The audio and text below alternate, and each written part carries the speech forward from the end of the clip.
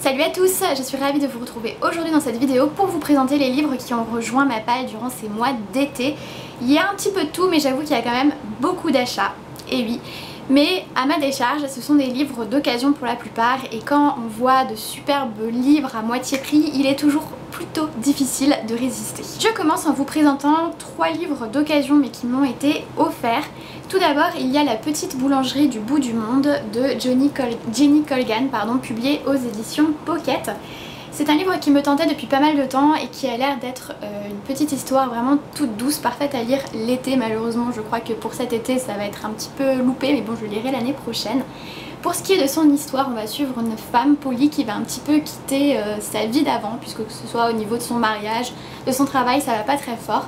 Et elle va aller dans un petit village et elle va se lancer dans la boulangerie. Et là-bas, elle va avoir plein de petites anecdotes à nous raconter. Voilà, ça a l'air d'être un livre assez simple, mais toujours sympa pour l'été. Donc j'ai presque hâte déjà d'être l'été prochain pour le lire. J'ai ensuite pris Passeuse de rêve de Lois Lowry, publié aux éditions École des loisirs. C'est l'auteur qui a écrit Le Passeur, donc son livre très connu que je n'ai pas lu personnellement, mais celui-ci me tentait beaucoup plus puisque vraiment son intrigue m'appelle.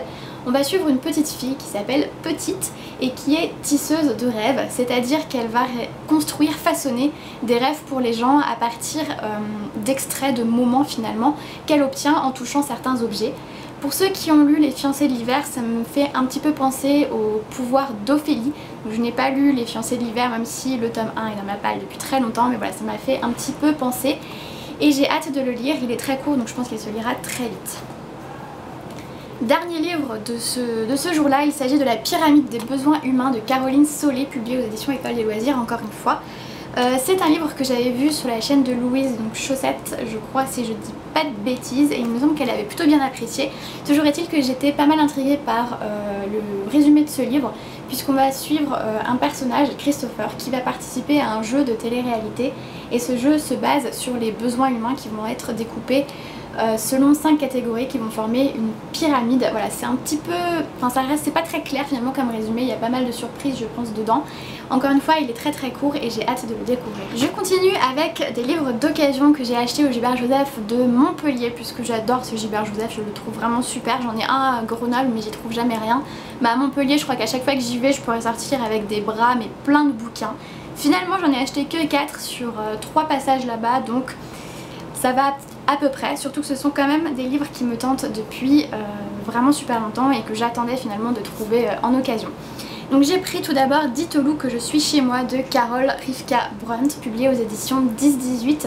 Ce livre m'intrigue depuis énormément longtemps, j'ai vu plein de bons avis à son sujet et son sujet, voilà, me donne très envie, enfin me donne envie, c'est peut-être pas vraiment le bon terme puisque ça a l'air d'être une histoire assez difficile puisqu'on va suivre une petite fille qui va perdre son oncle et elle apprécie énormément cet oncle et après le décès de celui-ci, elle va se lier à l'ami de Finn comme celui-ci le présentait. Ça va parler du sida, de l'homosexualité et cela en 1987 à New York. Ça m'intrigue énormément parce que j'ai fini de lire très récemment Fairyland de Alicia Abbott qui parle aussi du sida mais cette fois-ci à San Francisco et ça a été une lecture mais magnifique. Et du coup j'attends beaucoup de ce livre que je vois un petit peu dans la continuité ou dans le même style que Fairyland, même si Fairyland était une histoire vraie. Ce jour-là, j'ai également pris Sous la même étoile de Kelly York, publié aux éditions Pocket Jeunesse. C'est un livre qui me faisait pas mal de l'œil, je l'avoue, à cause de sa couverture et puis bon, son résumé m'intriguait quand même pas mal. J'avais un petit peu peur d'être déçue parce que c'est le genre de contemporain à histoire plus ou moins amoureuse que je sais pas forcément apprécier, donc j'avais plutôt envie de le prendre en occasion. Chose faite, je l'ai déjà lu et pour le coup j'ai vraiment adoré. J'hésite à lui attribuer le rang de coup de cœur mais je pense que s'il ne l'a pas, il en sera pas loin. On va suivre dans ce livre 3 personnages, donc un frère et une sœur, et sa demi-sœur, Hunter et Ashlyn, ainsi qu'un troisième jeune homme qui s'appelle Chance. Hunter et Ashlyn vont décider de passer une année sabbatique chez leur père et là-bas ils vont retrouver Chance qui est un petit peu leur ami de toujours. Sauf que Chance cache beaucoup de choses, il est très mystérieux et en même temps les sentiments de nos 2 frères et sœurs à son égard vont évoluer cette année-là. C'est un très très beau livre, je vous en reparle très vite. Je continue avec Techno Fairy de Sarah Dock, publié aux éditions Les Moutons Électriques. J'avais très envie de découvrir cette maison d'édition depuis un bon petit moment, mais c'est vrai qu'en neuf, les prix de cette maison d'édition sont quand même vraiment chers. Donc là, je l'ai trouvé quasiment à moitié prix, donc j'étais ravie. Ce livre, j'ai pas tellement lu le résumé en fait, parce que je l'ai pris plus par hasard pour découvrir la maison d'édition, même si bon, il me tentait quand même, hein. J'avais lu le résumé à l'époque où je l'ai mis dans ma wishlist. On va suivre, si j'ai bien compris, on va se retrouver dans un monde où les fées ne se cachent pas des hommes, et on va suivre l'évolution à la fois par les hommes et par les fées au moment de l'évolution de la technologie. Donc on va voir apparition des premières automobiles par exemple, etc. etc. mais dans le principe que les hommes côtoient les fées. Donc voilà, ça a l'air assez intriguant, et puis surtout ce que j'aime beaucoup dans ce livre, c'est qu'à la fin, donc vous voyez, on a des pages colorées où on a un espèce de dictionnaire avec différentes fées qui sont présentées. On vous parle par exemple de là où elles habitent, de leur caractère, de leurs habitudes, de leurs spécialités, de leurs ennemis, etc. Et c'est à chaque fois illustré, et je trouve ça très bien fait, et j'ai hâte de le découvrir, même si je pense pas le lire vraiment tout de suite parce que ça a l'air quand même assez dense comme histoire et j'ai envie d'être à fond dedans pour pouvoir réellement l'apprécier. Je finis avec les livres d'occasion avec une bande dessinée, et il s'agit de Nimona de Noelle Stevenson, publiée aux éditions d'Argo. C'est une bande dessinée que j'avais beaucoup vue sur les chaînes anglophones et qui me tentait pas mal. Je sais pas vraiment de quoi ça parle, j'avoue que je l'ai un peu pris sur un coup de tête parce que j'aime beaucoup la couverture. Je pense qu'on va passer dans quelque chose d'un petit peu fantasy, donc puisqu'on voit la jeune fille là avec ses ailes de dragon, et ça m'intéresse bien. Si j'ai bien compris, on va suivre Nimona qui va être un peu notre héroïne. Elle va sauver probablement le monde, peut-être pas jusque là, mais c'est un petit peu dans ce genre d'idée. Rapidement pour vous montrer à quoi ça ressemble à l'intérieur, ça se présente comme ceci, donc voilà, j'aime beaucoup les planches et je pense qu'il sera très vite lu. Ensuite, un petit peu en vrac, je continue avec les derniers livres qui ont rejoint ma palle durant cet été.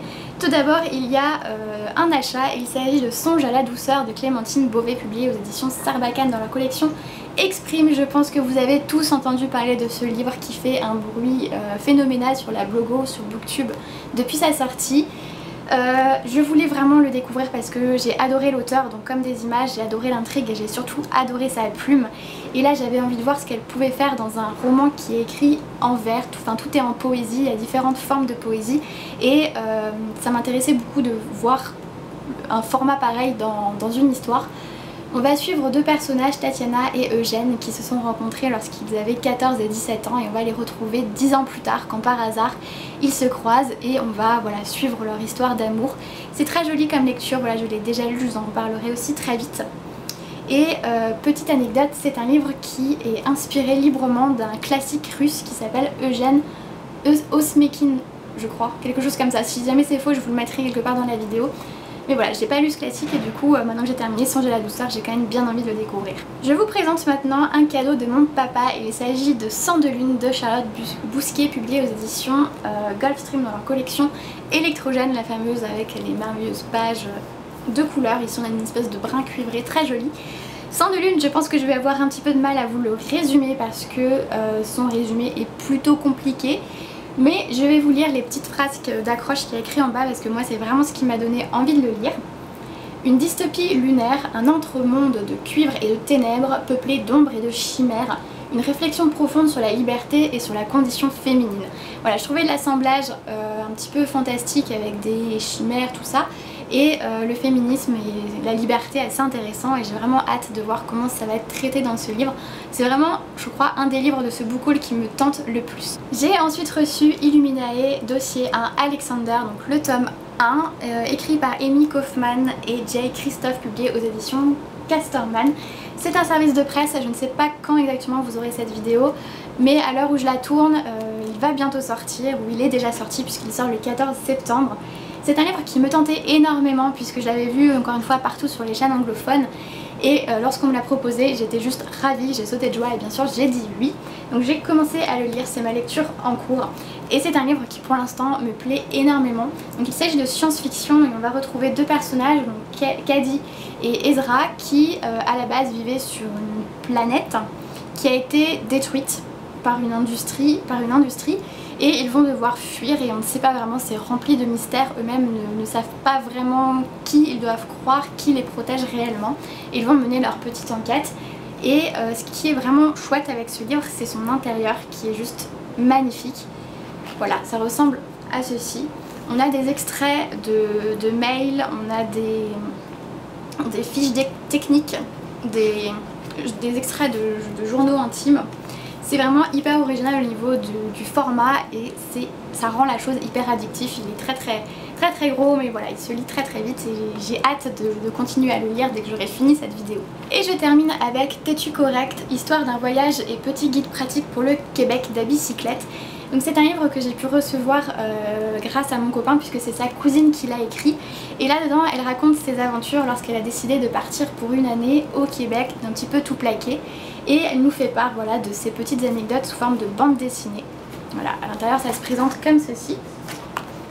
Qu'est-ce que je peux vous montrer d'autre? Au tout début, voilà. Je suis très curieuse de découvrir ces petites anecdotes puisque j'ai déjà été au Québec et j'en garde quand même un bon souvenir même si je n'y suis pas restée très longtemps. Vous pouvez pas vous procurer ce livre en ce moment puisqu'elle est partie en Nouvelle-Zélande cette fois-ci, mais je vous mettrai sous la barre d'informations le lien de son blog où elle raconte ses aventures et je vous invite à y jeter un petit coup d'œil. Donc voilà, cette vidéo est terminée, j'espère qu'elle vous aura plu. N'hésitez pas à me dire si vous êtes tenté par l'un de ces livres, si vous les avez déjà lus, vos avis, etc. Je suis toujours contente de lire vos commentaires. Je vous fais à tous de très gros bisous et je vous retrouve très vite.